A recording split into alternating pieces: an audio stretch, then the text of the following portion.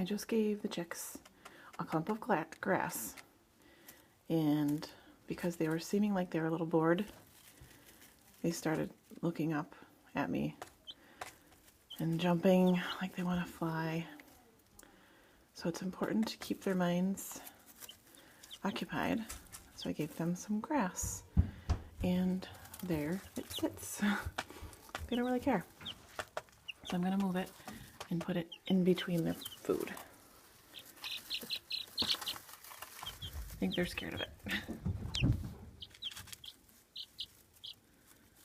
Nothing.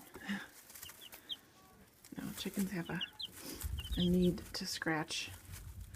So they should scratch that rather than their food all over the place, but they are scared of it.